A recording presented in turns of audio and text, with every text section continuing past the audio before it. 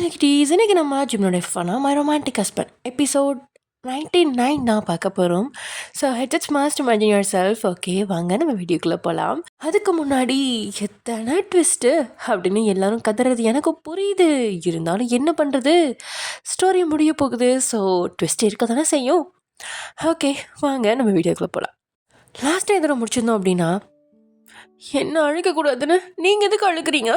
என்னால் முடியாது மாமா, உங்களோட கண்ணீரை பார்க்க என்னால் முடியாது, நீங்கள் அழக்கூடாது அப்படின்னு லட்சு எழுந்து அவன் கண்ணீரை துடைக்க பார்க்க, இரு அப்படின்னு சொன்னவன் அவனே தன்னோட கண்ணீரெல்லாம் துடைச்சிட்டு, நாளல நீயும் அழக்கூடாது, இந்த விஷயத்தை பற்றி இனி பேசக்கூடாது சரியா? எந்த விஷயத்தை பற்றி மாமா அப்படின்னு லட்சு தேம்ப, லட்டு அப்படின்னு அவன் கண்டிப்போட சொல்ல, என்னை மன்னிச்சிடுங்க மாமா, நீங்கள் எனக்கு எவ்வளவோ எடுத்து சொன்னீங்க, இந்த மரமண்டைக்கு எதுவுமே புரியல, நான் இப்போ ஒரு கொலைக்காரி இல்லை மாமா. ஏய் பாய மூட்ரி அப்படின்னு கோமா சொன்னவன் அதுக்கப்புறம் அந்த ரூமை விட்டு வெளியே வந்துட்டான். 2 பேர் தலையும் அங்கே முடியல. லட்டு ப்ரெக்னென்ட் அப்படின்னு சொன்னதுக்கப்புறம் ஆசையாக தன்னோட குழந்தைய எப்படி பார்த்துக்கிட்டான் அப்படின்னு எல்லாத்தையுமே நினைவில் வந்து அவளை கொல்லாமல் கொண்டுட்டுருக்கு. எவ்வளோ மோசமான நாள், சீக்கிரமாக இந்த நாள் கடந்துறதா அப்படின்னு எல்லாருமே நினச்சிட்ருக்க. அந்த நாளும் கடந்து அடுத்த நாளும் அழகாக விடியுது. ஆனால் பாதிக்கப்பட்டவங்க தூங்குனாங்களா அப்படின்னு கேட்டால் இல்லை அப்படின்னு தான் சொல்லணும். உங்களோட அப்பா மருந்தோட பிடியில் நல்லா தூங்கிட்டுருக்கா. லட்சும் அவளுக்கு கொடுத்த மாத்திரையோட பிடியில் தூங்கிட்டுருக்கா. ஜேகே அந்த நைட்டை தூங்காமலே கழிச்சான். காலம் மட்டும்தான் சிறந்த மருந்து அப்படிங்கிற மாதிரி நேற்று இருந்ததுக்கும் அடுத்த நாள் இருந்ததுக்கும் மனுஷங்களோட மனசில் எவ்வளோ மாற்றங்கள். ஓரளவு தன் மனசை திடப்படுத்திக்கிட்டது மாதிரி தன்னுடைய மனசை தானே நம்ப வச்சுக்கிட்டு இருக்கான். லட்டுவை மறுபடியும் பழைய நிலைமைக்கு கொண்டுட்டு வரதுக்கு இதை விட வேற வழி இல்லை. கிட்ட அவளை தனியாக அழைச்சிட்டு போக வேணாம். இப்போது அவள் இருக்கிற மனநிலைமைக்கு அவள் அண்ணா அண்ணி உடனே இருக்கட்டும் அப்படின்னு மனநிலைக்கு வந்தவனும் அதை சரவணன் மீனாட்சிக்கிட்ட சொல்லிக்கிட்டு இருக்கா.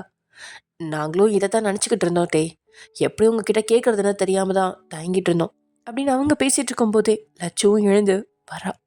அவளை பார்த்தவனும் கண்களால் பக்கத்தில் வரும்படி கூப்பிட அவளும் பக்கத்தில் சோஃபாவில் உட்காரா. அவளை பார்த்த சரவணனும் உடம்பு இப்போ பரவாயில்லையா லட்சு அப்படின்னு கேட்க, பரவாயில்லண்ணா, இப்போ தான் மாப்பிள்ளை சொன்னார் கொஞ்ச நாள் இங்கே இருந்துட்டு அதுக்கப்புறம் உங்கள் வீட்டுக்கு போகலான்ற மாதிரி. உடனே லட்சு ஏன் அப்படிங்கிற மாதிரி பார்க்க, அங்கே தனியாக தானே இருக்க போகிற லட்டு, எங்கன்னா உங்கள் அண்ணா அண்ணிலாம் இருப்பாங்கல்ல, கொஞ்சம் கம்ஃபர்டபுளாக இருக்கும்ல. அதுக்கு லட்சு எதுவுமே பேசாமல் இருக்க. உனக்கு ஒரு வேளை இங்கே கம்ஃபர்டபுளாக இல்லைனா நீ உங்கள் வீட்டுக்கு கூட போ, உங்கள் அம்மா அண்ணனை பார்த்தா உனக்கு கொஞ்சம் ரிலாக்ஸாக இருக்கும்ல அப்படின்னு சொன்னது வேற யாரும் இல்லை, ஷட் சரவணன் தான். அவன் உன் அம்மா உன் அண்ணன் அப்படின்னு சொன்னதும் லட்சுவுக்கு புரிஞ்சிருச்சு. இனி என்னைக்குமே தன்னோட அண்ணன் தன்னோட அம்மா கூட சேர மாட்டான் அப்படின்னு. அண்ணா உனக்கு ஒரு பிரச்சனைனா அது எனக்கும் தான்ண்ணா, உனக்கு அவங்க வேணானா அவங்க எனக்கும் வேணாம், ஆனால் அப்பா மட்டும் பார்க்கணும் போல இருக்கு அப்படின்னதும் சரவணனுக்குமே அன்னைக்கு பேசிட்டு வந்தது. என்னைக்கும் இல்லாமல் அன்னைக்கு அவனோட அப்பா பேசினது அவன் மனசில் இருந்துக்கிட்டே தான் இருக்கு. ஆனாலும் அவங்க இருக்கிற இடத்துக்கு போய் பேச மனசு வரல. சரி, அப்பாவை மட்டும் நான் போய் கூட்டிகிட்டு வரவா? வேணாண்ணா, நான் அப்பாவுக்கு ஃபோன் பண்ணுறேன், அவரே இங்கே கிளம்பி வருவார். அவர்கிட்ட ஃபோன் இருக்கா என்ன? நீங்கள் போனதுக்கு அப்புறம் தான் ஃபோன் வாங்கியிருப்பார் போல். உங்களுக்கு நிறைய தடவை ட்ரை பண்ணியும் நீங்கள் எடுக்கலைன்னு. ஓ, அது அவரோட நம்பரா? நான் யாரோட ஃபோனையும் வாங்கி பேசுகிறாருன்னு நினச்சிட்டேன். சரி அப்படிங்கிற மாதிரி அவங்களோட அப்பாவுக்கு ஃபோன் பண்ணி அவங்கள வர வைக்கிறாங்க. பாசத்தை இது வரைக்கும் வெளியே காட்டாதவர் தான், ஆனால் தான் பொண்ணோட நிலைமையை அறிஞ்சதுமே கல் நெஞ்ச கூட கசிஞ்சிருக்கும் அப்படிங்கிற மாதிரி அந்த பொறுப்பில்லாத தந்தைக்குமே கண்கள் கலங்கிடுச்சு. ரொம்பவே வேண்டி கேட்டுக்கிட்டான் அவகிட்ட குழந்தை விஷயத்தை பற்றி யாரும் பேசக்கூடாது அப்படின்னு. அதனாலே அவங்க யாருமே அதை பற்றி பேசாமல் வேற வேற விஷயத்தை பற்றி பேசிகிட்டு இருக்கா. அப்போது வீட்டோட நிலை பற்றி லட்சு கேட்க சரவணன் பார்வையாளராக மட்டும்தான் இருக்கா. இன்னும் அவங்க தெரிந்தலம்மா, அந்த பொண்ணோட வீட்டில் இருந்து வந்து கொஞ்சம் பார்க்குவாதான் ஆச்சு. அதுக்கப்புறம் அவங்க பொண்ணுக்கு செய்ய வேண்டியதெல்லாம் செய்கிறேன்னு சொல்லிட்டு 5 சவரன் நகை போட்டுட்டு சீர்வரிசையெல்லாம் செஞ்சுட்டு தான் போனாங்க. உங்கள் அம்மா சரியான பேராசை பிடிச்சவளா இருக்கா. என்னடா கவர்மெண்ட் வேலைன்னு சொன்னேன், 5 சவரன் தான் போடுறாங்க அப்படின்னு ஜெய்ஹோப் கிட்ட கேட்க அவன் பொண்டாட்டி பேச்சை கேட்டு அம்மா கிட்ட எரிஞ்சு விழுந்துட்டு தான் இருக்கான். அப்போ அந்த பொண்ணு தான், இல்லாத ஓடி போய் கல்யாணம் பண்ணதுனால இவ்வளோதான் செய்ய முடியும்னு எங்கள் வீட்டில் சொல்லிட்டாங்க அப்படின்னு சொல்லிடுச்சு. உங்கள் அம்மாவும் ஜெய்ஹோப்பும் ரொம்ப ஆடுறாங்க. அந்த 5 சவரன் நகையுமே அந்த பிள்ளைக்கிட்ட கொடுக்காம இவளே எடுத்து வச்சுக்கிட்டான். ஜெய்ஹோப்பும் ஒன்றும் சொல்லலை, அந்த பொண்ணு அமைதியாக இருக்குது. ஜெய்ஹோப்புக்கு வேலை கிடச்சிருக்கு, 10,000 சம்பளம்னு சொன்னான். மாத சம்பளத்தை முழுசாக எல்லாம் கொடுக்கல, 8,000 கொடுத்தான். ஆனால் அதுவே உங்கள் அம்மாவுக்கு பெரிய விஷயமா தெரியுது. ஆனால் அவங்க புருஷன் முன்னாடி 2 பேரும் பேசும்போது நான் கேட்டேம்மா, ஏதோ பார்ட் டைம் ஜாப், அதில் தனியாக காசு வருது, அதை நம்ம குடும்பத்துக்கு எடுத்து வச்சுக்கலாம் அப்படின்னு பேசிகிட்டு இருந்தாங்க. சரி பையன் பொறுப்பாயிட்டான், நானும் அமைதியாக இருக்கேன் அப்படின்னு சொல்லிட்டு இருந்தவர் திடீர்னு நிறுத்தி, என்னடா சரவணா எதுவுமே பேச மாட்ற? என்ன பேச சொல்கிறீங்கப்பா? நீங்கள் உங்கள் வீட்டு கதையை உங்கள் பொண்ணுக்கிட்ட சொல்லிட்டு இருக்கீங்க அப்படின்னு சரவணனும் விரக்தியாக சொல்ல, சரின்னு அதுக்கு மேலே வீட்டு விஷயத்தை பற்றி பேசாமல் இது பேசி பழைய கதைகள்லாம் பேசினபடியே ஓரளவு லட்டுவை நார்மல் மூடுக்கு கொண்டு வந்துட்டாங்க அப்படின்னு கூட சொல்லலாம். அதே சமயம் இங்கே ஜேகே எல்லா வழிகளிலுமே சாரா கிட்ட பேச ட்ரை பண்ணிட்டான். ஆனால் முயற்சி ஏதோ பூஜ்ஜியமாக தான் இருக்குது. சாரா அவனோட ஃபோனை எடுக்கவே மாட்டேன் அப்படிங்கிற மாதிரி தான் இருக்கா. ஒரு கட்டத்தில் பிளாக்லேயே போட்டுட்டான். மெசேஜும் செஞ்சு பார்த்துட்டான். தான் ஊருக்கு போகிறதையும் அந்த மெசேஜில் சொல்லியிருந்தான். ஆனால் சாரா அதை படித்தாளா இல்லையா அப்படிங்கிறது கூட ஜேகேக்கு தெரியல. ஏன்னா அது ப்ளூ டிக் கூட காட்டல. அவள் வீட்டுக்கே போயிடுவாமா அப்படின்னு நினைக்கல தான் என்ன சொன்னதுன்னு நினைவு வந்து ஜேகேவை இம்சை பண்ணுது. அடுத்த நாள் ட்ராவலுக்கு தேவையான திங்ஸ் வேற எடுத்து வைக்கணும். மனசு போர்க்களமாக இருக்குது ஜேகேக்கு. அவசரப்பட்டுட்டேனோ அப்படின்னு ஒரு பக்கம் அவன் துடிச்சிட்டு இருக்கா. தான் மட்டும் அவசரப்படாமல் இருந்திருந்தா இந்நேரம் தனக்கு சாரா சொந்தமாக இருக்க முடியாது. அப்படின்னா நான் சுயநலவாதியாக மற்றவங்கள பற்றி சிந்திக்காம இப்படி ஒரு காரியத்தை செஞ்சுட்டேனா அப்படின்னு அவனோட மனசை அங்கேயும் இங்கேயோன்னு யோசிச்சு கழைச்சி தான் போகுது. இங்கே ஜிமினோட மனசை உழைக்காலமாக கொதிச்சுக்கிட்டு இருக்கு. நம்ம எந்த அளவுக்கு பொறுமையாக அவங்கக்கிட்ட நடந்துக்கிட்டு இருந்தோம். விஷயம் தெரிஞ்சதுமே நம்மக்கிட்ட வந்து சொல்லியிருந்தா இந்த அளவு பிரச்சனை வளர விட்டுருக்கவே மாட்டேனே. அதுக்காக தன்னுடைய தம்பி அவர் அடிப்பாரா? அது எப்படி? இன்னொரு வீட்டு பையனை கை நீட்டுவார். அவருக்கு என் தம்பியை அடிக்கிற உரிமை யார் கொடுத்தது? ஒய்யனை மட்டும் பார்த்துட்டு என்னோட குடும்பத்தை நான் பார்க்காம விட்டனோ. கடைசியில் ஒய்யனும் என்னை புரிஞ்சுக்காம அவள் அப்பான்னு தானே ஓடுறா. இவங்களுக்கெல்லாம் என்ன செஞ்சு எந்த நன்றியும் இல்லை அப்படின்னு அவன் யோசிக்க அவனுக்கு தலைவலி தான் அதிகமாகுது. ஒரு கட்டத்தில் வீட்டில் இருக்க முடியாமல் வீட்டை விட்டு வெளியே போனவன் நடுராத்திரியில் போதையோட தான் வந்தான். அவனை பார்த்த ஜிமினோட அம்மாவும் அதிர்ச்சியாகி அப்படியே நிற்க பாக்கியா தான், அம்மா ஜிமின் அவனோட ரூமில் படுக்க போட்டு வா அப்படின்னு சொல்லி அனுப்பி வைக்கிறா. ஜேகேக்கு விஷயம் தெரியாமல் பார்த்துக்கோ அப்படிங்கிறதையும் சொல்லியிருந்தா. ஏன்னா ஜேகே ஏற்கனவே மன உளைச்சல்ல இருக்கா. நாளைக்கு வேற அவன் ஃபாரினுக்கு போகணும். தான் அண்ணனோட நிலை தன்னால தான் இப்படி ஆயிடுச்சு அப்படின்னு நினைச்சா அது இன்னும் தான் கூடுதல் கஷ்டத்தை உருவாக்கும் அப்படின்னு பாக்கியா யோசிச்சு சொல்ல, ஜிமின் அம்மாவும் ஜிமினை அழைச்சிட்டு போய் அவனோட ரூம்ல விட, ஜிமினும் எவ்வளோ மூச்சு முட்டை குடிச்சிருந்தாலும் அவனால தூங்க முடியல. நைட்டு முழுசும் புலம்புனபடி ஏறினவன் விடிய காலையில் தான் கண்ணை மூடினான். அடுத்த நாள் ஜேகே மனசே இல்லாம யூஎஸ் போயிட்டான். இங்க பாக்கியாவை அழைச்சிட்டு சுகா அவங்க வீட்டுக்கு போயிட்டான். இங்க ஜிமினோட அம்மாவுக்கும் அதான் சரின்னு தோணுது. இந்த மாதிரி நேரத்தில் மனசு சந்தோஷமாக இருக்கணும். கண்டிப்பாக இந்த வீட்டில் இப்போதைக்கு இருக்கிற நிலைமைக்கு தன்னோட சேர்ந்து பாக்கியாவும் ஏன் வருத்தப்படணும்? எத்தனை வருஷம் கழித்து அவங்களுக்கு குழந்தை பாக்கியம் கிடச்சிருக்கு. இதனால் தன்னுடைய மகள் பாதிக்கப்படக்கூடாது அப்படின்னு நினச்சி தான் மாப்பிள்ளை கூட அவங்களோட மகளையும் அனுப்பி வச்சிட்டாங்க. ஜிம்மினை பற்றி தான் அப்படியே யோசிச்சுக்கிட்டு இருக்காங்க. சரியான பிடிவாதக்காரன். குடும்பத்துக்கு ஏதாவது ஒன்றுனா இப்படி தான் சரி தப்பு எதுவுமே பார்க்காம பேசிடுவான். இதனால் பாதிக்கப்பட போகிறது பயன்தான் அப்படின்னு அவங்களுக்கு நல்லாவே தெரிஞ்சிருச்சு. ஆனால் தன் மகனோட அனுமதி இல்லாமல் எப்படி உங்ககிட்ட பேசுறது அப்படின்னு யோசிச்சபடியே அவங்க உட்காந்துட்டு இருக்கா. சரியா ஜிமினோ, அம்மா நீங்கள் ஒயனுக்கு எதுவும் கால் பண்ணக்கூடாது. அவளே என்னை தேடி வருவா. நான் முக்கியம்னு நினச்சா. ஒருவேளை அவங்க அப்பா தான் முக்கியம்னா அவள் அங்கேயே இருந்துக்கட்டும், விடுங்க. அவள் வயிற்றுல உன்னோட குழந்தை இருக்குப்பா. என் குழந்தைய பார்த்துக்க எனக்கு தெரியுமா? அப்படியே குழந்தை பிறந்தாலும் குழந்தைய நான் இங்கே தூக்கிட்டு வந்துடுவேன். நீ என்ன அறிவோட தான் பேசுறியா இல்லை அறிவு இல்லாமல் பேசிட்டு இருக்கியா? பிறந்த குழந்தையை தூக்கிட்டு வந்துருவானமே. பிறந்த குழந்தை தாய்ப்பால் குடிக்கணும்டா. 1.5 வயசு வரைக்கும் தாய்ப்பால் குடிச்சாதான் அந்த குழந்தை எதிர்ப்பு சக்தியோடு இருக்கும். எனக்கு நம்பிக்கை இருக்குமா? அந்த அளவு ஒயன் விட மாட்டா. உன்னை தேடி வந்து சொல்லு. உனக்கு உன் குடும்பம் எவ்வளோ முக்கியமோ அதே மாதிரி தான் அவளுக்கும். இப்போ என்னை என்னதான் பண்ண சொல்கிறீங்க? ஒயனுக்கு கால் பண்ண. அம்மா டேய், உனக்கு கோவம் ஃபுல்லாக அவங்க அப்பா மேலே தானே. அவகிட்ட எதுக்கு நீ பேசாமல் இருக்க? கால் பண்ணு. அவள் ரொம்ப பேசுவாம்மா. எனக்கு ஒயனை பற்றி தெரியும்டா. நீ கால் பண்ணி ஸ்பீக்கரில் போடு. இந்த பக்கம் உங்கள் அப்பா ஐசியூ வார்டிலேருந்து நார்மல் வார்டுக்கு ஷிஃப்ட் பண்ணியிருந்தாங்க. டாக்டரும் அவரோட உடல்நிலை கொஞ்சம் மோசமாக தான் இருக்குது, ஆனாலும் இப்போது காப்பாற்றி ஆயிடுச்சு, இனி கவனமாக பார்த்துக்கங்க அப்படின்னு டாக்டர் சொல்லிட, சரின்னு கேட்டுக்கிட்ட நீங்களும் உங்களோட அப்பாவுக்கு தேவையானதெல்லாம் பார்த்து செஞ்சபடி அவங்கள தூங்க வச்ச நீங்கள் உங்களோட தங்கச்சியும் அம்மாவையும் சேர்த்து தூங்க வச்சுட்டு அப்போ தான் அவங்க தங்கியிருந்த ரூம்லேருந்து வெளியே வந்தீங்க. சரியாக அந்த நேரம்னு தான் ஜிமின் கிட்டேருந்து ஃபோன் அட்டன் பண்ணி காதில் வச்சு நீங்கள் ஹலோ அப்படின்னதும் இந்த பக்கம் இருந்த ஜிமினுக்கோ தான் மனைவியோட குரலை கேட்டு கொஞ்சம் கோபம் மட்டுப்பட தான் செய்யுது. அவனும் ஹலோ அப்படின்னு கொஞ்சம் இறங்கின குரலில் பேச, என்ன வேணும் உங்களுக்கு அப்படின்னு நீங்கள் இப்போ குரலில் காரத்தை ஏற்றி கேட்க, என்ன பண்ணுற? நான் என்ன பண்ணா உங்களுக்கு என்ன அதான் குடும்பத்தோடு இப்படி ஹாஸ்பிட்டலில் உட்கார வச்சிட்டிங்களே, ரொம்ப சந்தோஷம். என்ன ஹாஸ்பிட்டல்லையா? ப்ளீஸ் ஜிமின், தெரியாத மாதிரி நடிக்காதீங்க. மண்டபத்தில் எங்கள் அப்பா நெஞ்சு பிடிச்சிட்டு விழுந்தது உங்களுக்கு தெரியாது? நாங்கள் பதறி அடிச்சுட்டு ஹாஸ்பிட்டல் போனது உங்களுக்கு தெரியாது? தெரியாதுன்னு தான் சொல்ல வரீங்க? ஒயன், நடிக்க வேண்டிய அவசியம் எனக்கு கிடையாது. உண்மையாகவே இந்த விஷயம் எனக்கு தெரியாது அப்படின்னு கொஞ்சம் இறங்கின குரலை தான் ஜிமின் சொல்கிறான். நீங்கள் சொல்கிறத நான் நம்பணும். நீ நம்பாமல் போ. என்னாச்சு? நீங்கள் பண்ண வேலைக்கு என்ன ஆகும்? திரும்பவும் ஹார்ட் அட்டாக் தான். 2 தடவை அட்டாக் வந்துருச்சு. இன்னொரு தடவை வந்தால் கண்டிப்பாக எங்கள் அப்பாவை காப்பாற்ற முடியாதுன்னு சொல்லிட்டாங்க. எல்லாமே தெரிஞ்சிருந்தோம் இப்படி ஒரு நிலைமையில எங்களை தள்ளிட்டீங்கல்ல. அப்படி என்ன ஜிமின் கோவம்? பெரியவங்க தானே பேசினாங்க, கொஞ்சம் அட்ஜஸ்ட் பண்ணிக்க போக வேண்டியதானே? ஜஸ்ட் ஸ்டாப் இட் வயன். அவர் இதுவே என்ன பேசியிருந்தா என்ன அடிச்சிருந்தா கண்டிப்பாக நான் தாங்கியிருப்பேன். உனக்கே தெரியும் ஜேகே அவருக்கு என்ன பண்ணிட்டா சொல்லு. என்ன பண்ணா? அவனை அன்னைக்கும் அப்படிதான். அந்த பொண்ணு விஷயம் நடந்தப்ப ஜேகே எல்லாரும் முன்னாடியும் தப்பாக பேசினார். அப்போ தப்பு இவன் மேலே இருக்கோ அப்படின்னு நினச்சி தான் நான் அமைதியாக இருந்தேன். ஆனால் இப்பயும் அப்படியே பேசினா என்ன அர்த்தம்? ஏன் என்னோட தம்பிக்கு என்ன தகுதி இல்லை? அவ்வளோ கேவலமாக நீங்கள் பேசுகிறீங்க. இவ்வளோ பேசியும் அவன் உங்கள் அப்பாவுக்கு சப்போர்ட்டாக தான் என்கிட்ட பேசுகிறான். அப்படிப்பட்டவன் உங்களுக்கு மாப்பிள்ளையாக வர தகுதி இல்லையா? ஜிமின், எங்கள் அப்பா ஒன்றும் சும்மா ஜேகேவை திட்டல, அடிக்கல. அவர் பொண்ணுக்கு எல்லாரும் முன்னாடியும் இப்படி விருப்பம் இல்லாமல் தாலி கட்டினா எந்த பேரண்ட்ஸ் அமைதியாக இருப்பாங்கன்னு நீங்கள் நினைக்கிறீங்க? நான் உங்ககிட்ட இருந்து இதை எக்ஸ்பெக்ட் பண்ணவே இல்லை ஜிமின். நீங்களும் இப்படி ரியாக்ட் பண்ணது நியாயமாக சொல்ல போனால் நீங்களும் சேர்ந்து ஜேகேவை திட்டிருக்கணும். அவன் மேலே தப்பே இல்லைன்ற மாதிரி அவனுக்கு சப்போர்ட் பண்ணியிருக்கீங்க. நான் ஒன்றும் அவன் பண்ணது கரெக்டுன்னு சொல்ல வரல. ஆனால் உங்கள் அப்பா பண்ணது தப்பு தான். உனக்கு என்ன தெரியும் சொல்லு? இந்த நிச்சயம் நடக்கிறதுக்கு முன்னாடி நிமிஷம் வரைக்கும் ஜேகேவும் சாராவும் பேசிட்டு தான் இருந்தாங்க. அப்படி இருக்கும்போது ஏன் அவங்க 2 பேரும் இதை பிளான் பண்ணியிருக்க மாட்டாங்கன்னு நினைக்கிறியா? நீயே சொல்லு. உன் தங்கச்சிக்கு அந்த முகேஷ் கூட நிச்சயம் நடந்திருந்தா சந்தோஷப்பட்டிருப்பாளா? வாட் எவர் ஜிமின், எது எப்படியோ நடந்துட்டு போகுது. ஆனால் ஜேகே பண்ணது தப்பு தான். அதுக்கு எங்கள் அப்பா கொடுத்த அடியும் கரெக்டு தான். வாயை மூடிக்கொடி. இதுக்கு மேலே ஒரு வார்த்தை பேசினா நடக்கிறதே வேற. எல்லாமே தெரிஞ்சும் இப்படி நீ உங்கள் அப்பாவுக்கு சப்போர்ட் பண்ணா நான் கொலைகாரனாக மாறிடுவேன். இப்போ மட்டும் என்ன நல்லவனாவா இருக்கீங்க? உங்களோட இன்னொரு முகமே எங்களுக்கு இப்போ தான் தெரியுது.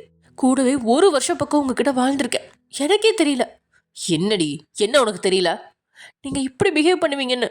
இந்த ஜிமின் உங்கள் அப்பாவுக்கு கொடுக்க வேண்டிய மரியாதையை என்னைக்காவது கொடுக்காம இருந்திருக்கானா சொல்ல? நிறைய விஷயம் அட்ஜஸ்ட் பண்ணி போயிருக்கேன். அது எல்லாம் யாருக்காக?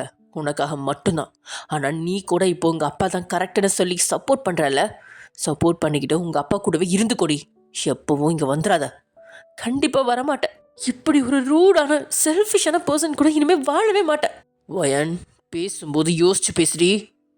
நான் முடிவு பண்ணிட்டேன் ஜிமின். நீங்களே வந்து என்னை கூட்டிகிட்டு போகணும். எங்கள் அப்பா கிட்ட மன்னிப்பு கேட்டு என்னை வந்து கூட்டிகிட்டு போனால் மட்டும்தான் உங்கள் கூட இனிமேல் வாழ்கிறதா நான் முடிவு பண்ணிட்டேன். கேட்டுச்சாமா? என்னமோ வயன் அப்படிலாம் பேச மாட்டேன்னு சொன்னீங்கள, எப்படி பேசுகிறான்னு கேட்டிங்க தானே?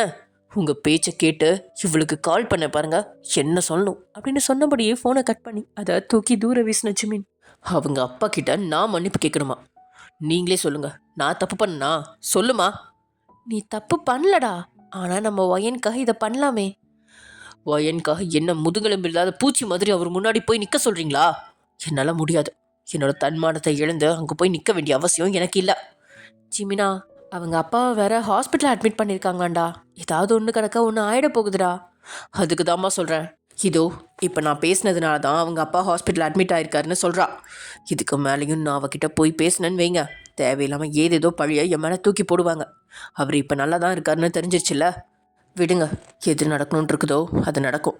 வாலண்டியராக போய் பிரச்சனையை நாமளே இழுத்துக்க வேணாம். ஜிமினா, அம்மா சொல்கிறத கேளுடா. வயன் பாவம். எனக்கு தெரியுமா அவள் பாவம்னு. ஆனால் அவள் எவ்வளோ திமிரா பேசுகிறா. இப்போதைக்கு இந்த விஷயத்தை பற்றி என்கிட்ட எதுவும் பேசாதீங்க.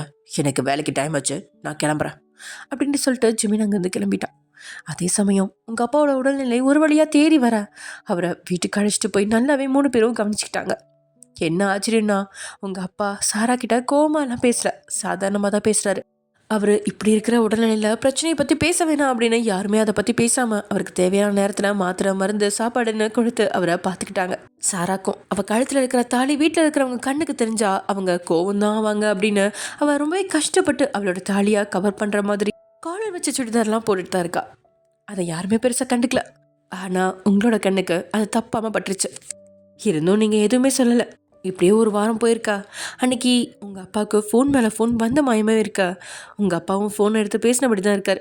ஒரு கடத்தில் நீங்கள் தான் அப்பா நீங்கள் ரெஸ்ட் எடுக்கணும், ஃபோன் அப்புறம் பேசிக்கலாம். இல்லைம்மா, முக்கியமான கால் அப்படின்னு அவர் விடாமல் பேசிக்கிட்டே இருக்கா. ஒரு கட்டத்தில் மாத்திரை கொடுத்து அவரை தூங்க வச்ச நீங்களோ அவரோட ஃபோனை நீங்களே எடுத்து வந்துட்டீங்க. நீங்கள் நினச்சது மாதிரியே எடுத்து 10வது நிமிஷம் ஃபோன் அடித்து எடுத்து பார்த்தா உங்கள் அப்பாவோட பிஏ தான். ஹலோ சார் அப்படின்னதும், நான் ஒயன் பேசுகிறேன், அப்பா தூங்கிட்டு இருக்காங்க. அப்படிங்களா, சார் எந்திரிச்சதும் ஃபோன் பண்ண சொல்கிறீங்களா மேடம்? அங்கிள், ராஜ் அங்கிள் தானே பேசுகிறது? ஆமாம் மேடம். என்னாச்சு, காலையிலேருந்து அப்பா ஒரே டென்ஷனாக இருக்காங்க. மேடம், அது ஆஃபீஸ் விஷயம். அங்கிள், உங்களுக்கே தெரியும் அப்பாவோட உடம்பு ரொம்ப மோசமாக தான் இருக்குது. செகண்ட் அட்டாக் வந்திருக்கு. அப்படின்னா அவர் உடல்நிலை எப்படி இருக்குன்னு உங்களுக்கே புரிஞ்சிருக்கோம்ல. இனிமே அப்பாவை ஆஃபீஸ் அனுப்ப வேணாம்னு நான் பார்க்குறேன். நானே ஆஃபீஸை ஹேண்டில் பண்ணலான்னு முடிவு பண்ணியிருக்கேன். அதனால நீங்கள் எதாக இருந்தாலும் என்கிட்ட சொல்லலாம். அது அப்படின்னு தயங்கினவர், சாரி மேடம், அது நம்ம கம்பெனி லாஸில் போயிட்டுருக்கு. இன்னும் 1 மாதம் இப்படியே போனால் கம்பெனியை இழுத்து மூட வேண்டியதுதான். என்ன சொல்கிறீங்க அங்கிள், லாஸில் போயிட்டுருக்கா? 1 மந்தில் இழுத்து மூடணுமா? How is it possible? அது இடையில ஒரு பிரச்சனை ஆயிடுச்சு மேடம். சார் உங்ககிட்ட சொல்லியிருக்க வாய்ப்பில்லை. சாருக்கு முதல் ஹார்ட் அட்டாக் வந்துச்சு இல்லையா, அதுக்கு காரணமே அந்த விஷயந்தான். என்ன அங்கிள் சொல்கிறீங்க? ஆமாம், அவருக்கு எதிராக இங்கே சதி வேலை நடந்துருச்சு மேடம். பல வருஷமாக கம்பெனியில் வேலை பார்த்த ஒருத்தன் நம்ம கம்பெனியோட டேட்டா எல்லாத்தையும் திருடி வேற ஒரு கம்பெனிக்கு விற்றுட்டான். அதனால் நம்ம கம்பெனிக்கு பெரிய லாஸ் ஆகி ஒன்றும் பண்ண முடியாத நிலமையில இருந்துச்சு. ஆனால் அப்போவும் சார் கொஞ்சம் யோசித்து கம்பெனியை இழுத்து மூடாத அளவு பார்த்துக்கிட்டாரு. ஆனால் இப்போ முடியாது மேடம், இதுக்கு மேலே ரன் பண்ணுறது ரொம்பவே கஷ்டம். அதுதான் காலையிலேருந்து சார்கிட்ட சொல்லிக்கிட்டு இருந்தோம். சார் தான் நிறைய வழி இருக்கு, இதை ட்ரை பண்ணி பாருங்கன்னு சொன்னார். ஆனால் எதுவுமே ஒர்க் அவுட் ஆகலை. இப்போ என்ன பண்ணுறதுன்னு தெரியாமல் தான் சாருக்கு கால் பண்ணேன். அங்கிள், நீங்கள் எனக்கு ஹெல்ப் பண்ணுறீங்களா? இனிமேல் அப்பாவுக்கு எந்த காலும் பண்ணாதீங்க. அவருக்கு இதெல்லாம் சொல்லி ப்ரெஷர் பண்ண வேணாம். நான் அப்பா கிட்ட பேசுகிறேன். மேடம், அப்போ இந்த இஷ்யூ என்ன நடக்கணும்னு இருக்கோ அது நடக்கட்டும் அங்கிள் அப்படின்னு சொன்னபடியே ஃபோனை வச்ச உங்களுக்கு இது என்ன தங்களுடைய கஷ்டகாலமா அப்படின்னு தான் தோணுது. அடுத்து என்ன அப்படின்னு தலையில் கை வச்சபடியே உட்காந்துட்டீங்க. அதே சமயம் இங்கே, ஹலோ ராகினி, என்ன எனக்கெல்லாம் கால் பண்ணியிருக்கா? நானே தான் கால் பண்ணி உங்ககிட்ட எல்லாத்தையும் விசாரிப்பேன். ஏன்னா இன்னைக்கு நிலமை அப்படி இருக்குமாலு? என்ன நிலமை?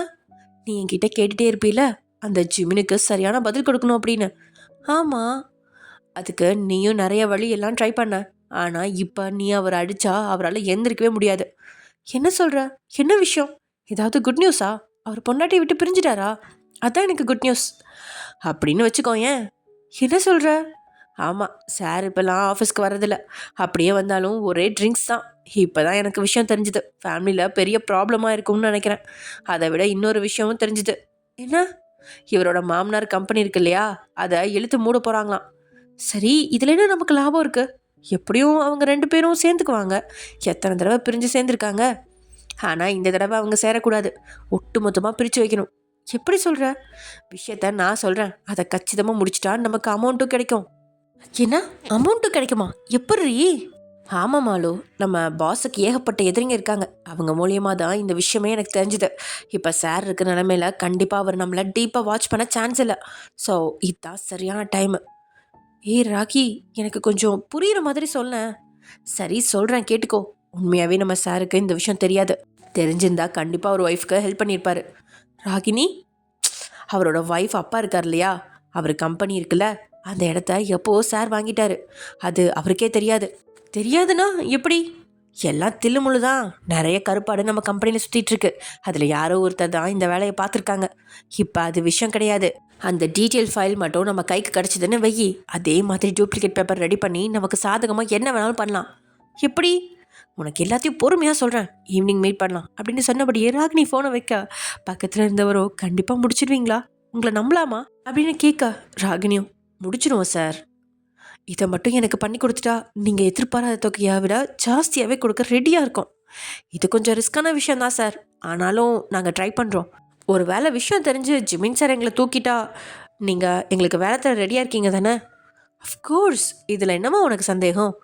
அப்போ ஓகே சார், காரியத்தை கச்சிதமாக முடிச்சுட்டு உங்களுக்கு கால் பண்ணுறோம். இங்கே என்னையா நடக்குது அப்படின்ற மாதிரி தானே இருக்குது. ஆக்சுவலி ஜிமின் வந்துட்டு முதல்ல உங்களுக்கு மேரேஜ் ஆனப்போ நீங்கள் வந்து ஆஃபீஸ்க்கு வர்றப்ப உங்களுக்கு தெரியாமல் இந்த ராகினியும் மாலுக்கு வந்து லைட்டாக ஒரு கண்ணு இருக்கும் ஜிமின் மேலே. ஸோ அதுக்காக ஏதோ ட்ரை பண்ண போய் கடைசியில் அவளை வந்து வேலையை விட்டு தூக்கிடுவான் ஜிமின். ஸோ இப்போ ஜிம்மினோட நிலைமையும் சரியில்லாதனால ஏதோ ஒரு கருப்பாடு உள்ள நுழைஞ்சு அவங்களுக்கு காசு கொடுக்குறேன் அப்படின்ற மாதிரி கொஞ்சம் அவங்கள டெம்ப்ட் பண்ண அவங்களும் ஏதோ பண்ண போகிறாங்க. என்ன பண்ண போகிறாங்கன்னு தெரில, பார்ப்போம். அதே சமயம் எங்க லட்டு, ஏன் இப்படி சொல்கிற? இங்கே இருக்கலாம், எனக்கு எந்த பிரச்சனையும் இல்லை. வேணாம் மாமா, நம்ம போகலாம். அங்கே தனியாக நீ என்ன பண்ண போகிற? நீங்கள் தான் என் கூட இருக்க போகிறீங்களே. நான் இன்னும் கொஞ்சம் நல்ல வேலைக்கு போக வேணாமா? எவ்வளோ நாள் இப்படி வேலைக்கு போகாமல் இருக்கிறது சொல்லு. நல்ல வேலை அந்த பிஸ்னஸ் அமையாமல் போனது நல்லதாக போச்சு. இல்லைனா உன்னை பிரிஞ்சு நான் போக வேண்டியதாக இருக்கும். இப்போ என்ன பண்ணலான்னு இருக்கீங்க மாமா? ஆல்ரெடி டிசைட் பண்ணது தானே லட்டு. எனக்கு இன்னொரு காலேஜ்லேருந்து ஆஃபர் லெட்டர் வந்துருந்துச்சுல்ல, அது இன்னும் பெண்டிங்கில் தான் இருக்குது. ஃபோன் பண்ணி கேட்டுட்டேன். அவங்க எப்போ வேணாலும் ஜாயின் பண்ணிக்க சொல்லிட்டாங்க. அதனால் பழையபடி எனக்கு பிடிச்ச வேலைக்கு போக போகிறேன். ரொம்ப சந்தோஷம் மாமா. அந்த லைஃப் தான் மாமா நல்லா இருக்கும். பெங்களூர்லேயும் நல்லா தான் இருந்துச்சு. ஆனாலும் நம்மளோட மெமரிஸ் ஃபுல்லாக இங்கே தானே மாமா இருக்குது. ஆமாம், ஆனால் உன்னை தனியாக விட்டுட்டு போக என்னால் முடியாது. நீங்கள் தான் மாமா எனக்கு அதையே ஞாபகப்படுத்திட்டு இருக்கீங்க. நீங்கள் வேலைக்கு போங்க. உங்களுக்கு சமைச்சு போட்டு ஒரு ஹவுஸ் ஒய்ஃபாக நான் உங்களை பார்த்துட்ருக்கேன். ஏன் நீ ஹவுஸ் ஒய்ஃப் பார்த்துட்ருக்கணும்? நீ இப்போ ரெஸ்ட் எடுக்கணும். மாமா, முடிஞ்ச அளவு ரெஸ்ட் எடுத்தாச்சு. அட்லீஸ்ட் நார்மல் வேலையாவது நான் செஞ்சுட்டு நானாக இருக்கேன் மாமா. ஏன் உங்கள் அண்ணன் வீட்டில் இருக்க உனக்கு பிடிக்கலையா? பிடிக்கலன்னு சொல்ல மாட்டேன். ஆனால் உங்கள் கூட நான் தனியாக இருக்கணும். இங்கே நம்மளுக்கு ப்ரைவசி இல்லை. நான் எல்லாத்தையும் மறக்கணும்னா உங்கள் கூட நெருக்கமாக இருக்கணும் மாமா. அதுக்கு நம்ம பழையபடி அந்த வீட்டுக்கு போகலாம். கல்யாணம் ஆகி இன்னும் நம்ம அந்த வீட்டுக்கு நீங்கள் என்னை கூட்டிகிட்டே போகலல்ல. அங்கே போனால் நம்ம லவ் பண்ண எல்லா நினைவும் வரும். நான் சீக்கிரமே இதிலேருந்து வெளியே வந்துடுவேன். சொன்னால் கேட்க மாட்டியா நீ? ப்ளீஸ் மாமா அப்படின்னு சொன்ன லட்சுவோ அவனோட மடியில் உட்காந்து தன்னுடைய 2 கைகளையும் டேயோட கழுத்தில் மாலையாக போட்டு அவனை கொஞ்சலோட கேட்கா. இப்படி கேட்டால் நான் எப்படி வேணான்னு சொல்லுவேன் அப்படின்னு டே அவளோட இடையை வலிச்சு அவள் கண்ணத்தில் அழுத்தமாக கிஸ் பண்ணுறான். உனக்கு எந்த பிரச்சனையும் இல்லைன்னா நம்ம அங்கேயே போகலாம். ஆனால் நீ எனக்காக ஒன்றும் சொல்லியே. சத்தியமாக இல்லை மாமா. ஐயோ, என்னை வார்த்தைக்கு வார்த்தை மாமா மாமான்னு கூப்பிட்றியடி. என்னை மயக்க பார்க்குறியா அப்படின்னு டே அவளோட நெத்தி முட்டை. நீங்கள் ஏற்கனவே என்கிட்ட மயங்கி தான் இருக்கீங்க, இதில் நான் புதுசாக வர மயக்கணுமா அப்படின்னு சொல்லி லட்டு கண்ணடிக்கா. டே புன்னகையோட அவளை இழுத்து அணைச்சிக்கிட்டவன் அவளோட வாசத்தில் அப்படியே 10 நிமிஷம் இருக்கான். 2 பேர்த்துக்குமே அந்த அணைப்பு ஒரு வித ஆறுதலையும் தெம்பையும் கொடுக்குது. என்ன டே 2 மாதம் 3 மாதம் இருக்கேன்னு சொன்னீங்க, இப்போ என்னன்னா இவ சொல்கிறான்னு கிளம்புறீங்க? லட்சு, ஏன் இங்கே இருக்கலாம்ல?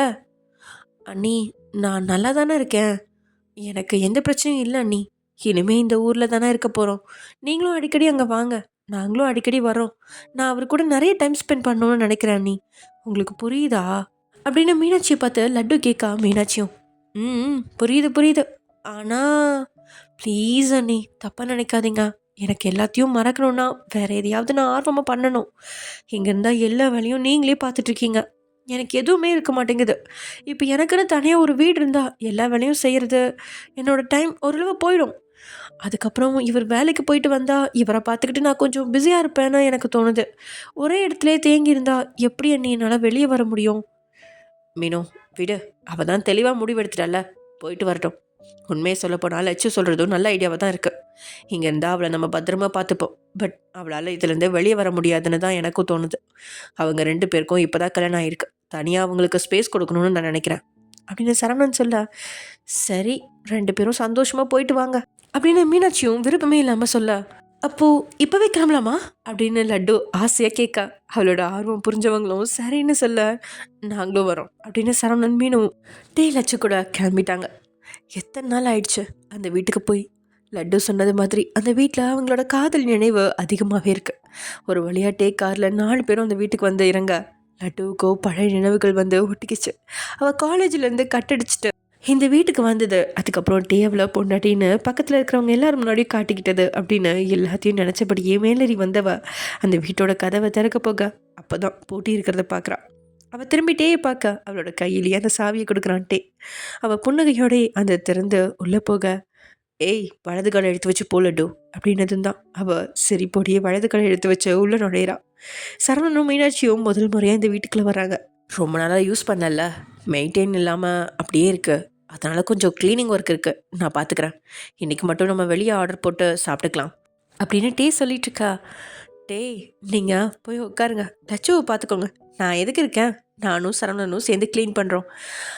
வேணாம், அது நல்லா இருக்காது. நீங்கள் இப்போ தான் எங்கள் வீட்டுக்கு வந்திருக்கீங்க, கெஸ்ட்டை வேலை வாங்குறது நல்லாவா இருக்கும்? ஸோ ப்ளீஸ் அப்படின்னு டீ சொல்ல, சரி சரி எல்லாருமே சேர்ந்து க்ளீன் பண்ணுவோம், அப்போ தான் வேலை ஈஸியாக முடியும் அப்படின்னு லட்சு சொல்ல, பாத்தியா சரவணா, இவ வந்து வேலை செய்கிறாளாம். சும்மாவே உட்காந்துருக்கேன் அண்ணி, எனக்கு எப்படி இருக்கும்? சரி விடுங்க, அவ்வளோ ஹெல்ப் பண்ணிட்டோம் அப்படின்னு டே சொல்லி லட்சுவுக்கு சிரமம் இல்லாத வேலையை பார்த்து கொடுக்குறான். அப்படி இப்படின்னு வீட்டை க்ளீன் பண்ணி அவங்க ஆர்டர் பண்ண சாப்பாடும் வர சாப்பிட்டுட்டு சரவணன் மீனாட்சி 2 பேரும் கிளம்பிட, டே லட்டு அவங்கள வழி அனுப்பிட்டு வீட்டுக்குள்ளே நுழைஞ்சவங்க ஒருத்தர் ஒருத்தர் பார்த்து சிரிச்சுக்கிட்டாங்க. கொஞ்ச நேரம் டிவி பார்க்கலாமா மாமா? தாராளமாக பார்க்கலாமே அப்படின்னு சொன்னபடியே டிவியை போட்டு பாட்டு சேனலில் 2-3 பாட்டுகளை அவங்க கேட்க, அப்போது லட்டுவோ அவன் தோல் மேலே சாஞ்சு அவனோட கையை இறுக்கமாக பட்டினபடியே அமைதியாக அந்த பாட்டை கேட்டுட்ருக்கா. டே அவளோட உச்சந்தலையில் கிஸ் பண்ணி, என்னடி அமைதியாயிட்ட, இதுக்கு தான் சொன்னேன் அப்படின்னு அவன் ஆரம்பிக்கவும், அவன் நிமிர்ந்து அவனை பார்த்தவ, இப்போதான் மாமா நிம்மதியாக இருக்கு. ஏன்னா நிம்மதியாக இருக்கா? அதாவது உங்கள் கூட தனியாக இப்படி இருக்கிறது சந்தோஷமாக இருக்குது. எங்கள் அண்ணனும் அண்ணியும் பாவம், அவங்களும் ரொம்ப நாளைக்கு அப்புறம் ஒன்றா இருக்காங்கல்ல, அவங்களுக்கு நம்ம இடைஞ்சலாக இருக்குமோன்னு தோணுச்சு. அதனால தான் உங்களை இங்கே கூட்டிகிட்டு வந்துட்டேன். அதுவும் இல்லாமல் என்னால் ஃப்ரீயாக அவங்க கூட இருக்க முடியல அப்படின்னு சொன்னபடியே லட்டு அவனோட கையோட தன்னுடைய கையை இணைச்சிக்க, அவனும் ரொம்ப நாளைக்கு அப்புறம் தன் மனைவியோட பக்கத்தில் ஒரு மாதிரி நல்லா ஒரு ஃபீல் பண்ணுறான். ஒரு கட்டத்தில் லட்டுவோ அவன் கிட்டேருந்து விலகி அவனையே பார்த்துட்ருக்கா. என்னடி பார்க்குற அப்படின்னு அவன் கேட்டதுமே லட்டு அவன் நெத்தியில் ஒரு கிஸ் பண்ணான். அதை காதலோடு அவன் பார்க்க, அடுத்த முத்தம் அவனோட 2 கண்களையும் மாறி மாறி விழுகுது. அதையும் சிரிச்சுக்கிட்டே வாங்கிக்கிறான். அவள் அடுத்து அவனோட கண்ணங்கள்ல காதுகள்ல அப்படின்னு ஒவ்வொரு இடமா கிஸ் பண்ணிக்கிட்டே போக, ஒரு கட்டத்தில் அவனை தான் கிட்டேருந்து பிரித்து எடுத்தவன், நீ என்ன பண்ணிகிட்ருக்கா அப்படின்னு குறும்பா கேட்க, லட்டுவோ உங்களுக்கு கிஸ் பண்ணுறேன். உன் உடம்ப இந்த நிலைமையில வச்சுக்கிட்டு இதெல்லாம் தேவையா? ஏன்னா என் உடம்பு நல்லா தானே இருக்கு. லட்டு மாமா என்னை தடுக்காதீங்க அப்படின்னு சொன்னபடியே அவனோட கழுத்து வளைவில் கிஸ் பண்ணிக்கிட்டே அவன் போட்டிருந்த டிஷர்ட்டை தலையோட அவள் கழற்ற வரைக்கும் அமைதியாக இருந்தவன் அதுக்கு மேலே அவகிட்ட இருந்து விலகி, நீ எதுக்கு இப்படிலாம் பண்ணிகிட்ருக்கேன்னு எனக்கு தெரியாமையா இருக்கும் அப்படின்னு சொன்னபடியே அவளோட கன்னத்தில் அழுத்தமாக கிஸ் பண்ணிட்டு விலகினவன், இப்போ ஒன்றும் குழந்தைக்கு அவசரம் கிடையாது, எதிர்பார்க்காம வந்துச்சு, சந்தோஷப்பட்டோம். ஆனால் இப்போ நம்மளுக்கு நிறைய ரெஸ்பான்சிபிலிட்டி இருக்குது. நான் வேலைக்கு போகிறேன். கொஞ்ச நாள் கழித்து நீயும் என் கூட படிப்பை கண்டினியூ பண்ணு. படிப்பு முடிஞ்சதுக்கப்புறம் நம்ம எதாக இருந்தாலும் பார்த்துக்கலாம், சரியா அப்படின்னு லட்டுக்கிட்ட அவன் உண்மையை சொல்லாமல் முடிஞ்ச அளவு சமாளிக்க பார்க்க. ஆனால் லட்டுவோ விடாக்கண்டியா, அதெல்லாம் ஒன்றும் வேணாம், இதுக்கு மேலே நல்லா படிக்க மாட்டேன். நீ அட்டி தான் வாங்க போகிற, ஏன் படிக்க மாட்டேன்? எனக்கு இன்ட்ரெஸ்ட் இல்லை மாமா. என்ன உனக்கு தைரியம் ஒரு ப்ரொஃபஸர் முன்னாடியே படிப்பில் இன்ட்ரெஸ்ட் இல்லைன்னு சொல்கிற? இன்ட்ரெஸ்ட் இல்லைன்னா இன்ட்ரெஸ்ட் கொண்டு வரணும். ஏன் மாமா போர் அடிக்கிற? படிப்பை பற்றி பேசினா உனக்கு போர் அடிக்கிறேனா அப்படின்னுட்டே அவன் கண்ணத்தை பிடிச்சி கிள்ளி, டயர்டாக இருக்குடி, தூங்கலாமா? உண்மையில் அவனை பார்த்தா டயர்டாக தான் இருக்குது. அதனால் அவளும் சரின்னு அவங்க ரூம்குள்ளே நுழைய அவ்வளோ சிரிப்புடனே அவனை பார்த்துட்ருக்கா. இப்போ எதுக்குடி சிரிச்சிட்டே இருக்கா? இந்த ரூம் பார்த்தா உங்களுக்கு எதுவுமே ஞாபகம் வரலையா மாமா? வராமல் இருக்குமா என்ன? நான் இந்த ரூமில் ஃபர்ஸ்ட் டைம் இப்படி நைட்டு தங்குறேன் மாமா. எவ்வளோ மெமரிஸ் இங்கே இருக்கா. நீ ஏன் மாமா இவ்வளோ குட் பாயாக இருக்கா? நான் குட் பாயா? உனக்கு உடம்பு சரியாகட்டும், நான் எவ்வளோ பெரிய பேட் பாய்னு உனக்கு காட்டுறேன். அவ்வளோ அங்கேருந்து தலையணை எடுத்து அவன் மேலே எரிஞ்சுவா. நான் எத்தனை வாட்டி இந்த ரூமில் அறக்குறையாக நின்றுருக்கேன், உனக்கு எதுவுமே தோணலையா மாமா? ஏன்னா எதுவும் தோணலையா? என் கற்பை சோதிக்க பிறந்தவளே நீ தாண்டி. நான் எவ்வளோ கண்ட்ரோலாக இருந்தேன்னு எனக்கு மட்டும்தான் தெரியும். என் லைஃப்பில் அதை விட கொடுமை வேறு எதுவுமே இல்லை. கண்ணு முன்னாடி பிடிச்ச பொண்ணு, அதுவும் கும்முன்னு நிற்கும்போது கண்டுக்காத மாதிரி இருக்கிறது எவ்வளோ கஷ்டம் தெரியுமா? அதுவும் உன்னோட இந்த இடத்த பார்த்தா என் உடம்புல இருக்க அத்தனை ஹார்மோன்ஸும் படு வேகமாக வேலை செய்ய ஆரம்பிச்சிடும். அதை உனக்கு தெரியாமல் மறைச்சு ஒரு ஜென்டில்மேனாக இருக்கிறது ரொம்ப கஷ்டம்ப்பா. அதை கேட்டு சத்தம் போட்டு சிரிச்ச லட்சு, ஆனால் மாமா உன் இடத்துல வேற யாராவது இருந்திருந்தா இங்கே நடந்ததே வேறையாக இருந்திருக்கும் அப்படின்னு சொன்னபடியே அவள் பிளாங்கெட்டுக்குள்ளே இழைக்க விரும்பியே அவள் பக்கத்தில் நெருங்கினவன் இதை எதிர்பார்க்கல. அதிர்ச்சியாக அவளை பார்க்க அவளோ இன்னும் அவன் பக்கத்தில் நெருங்கி படுத்து அவளோட மென்மைகளை அவன் உணரும்படி செய்கிறான். வேணாண்டி அப்படின்னு அவன் ஒரு வித தவைப்போடையே சொல்ல, வேணான்னு சொன்னவனை அவளோட ஒவ்வொரு பொக்கிஷத்தை காட்டி அவனை கிறங்கடிக்கிறான். லட்டு அவனும் ரொம்பவே கஷ்டப்பட்டு அவகிட்ட இருந்து தன்னுடைய கையையும் காலையும் பிரித்து எடுத்துக்க. ஆனால் லட்டு வேணும்னே இப்போது அவன் மேலே படுறா.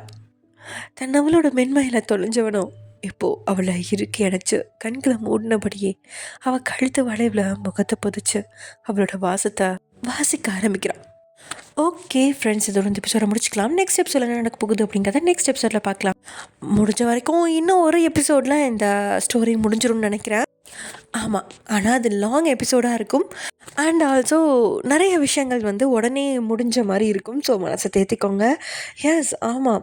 ஏன்னா இது வந்து லாங் எஃப்எஃப் இன்னும் போய்கிட்டே இருக்கும். லைஃப் அப்படின்றது முடிவில்லாத ஒரு விஷயம் இல்லையா?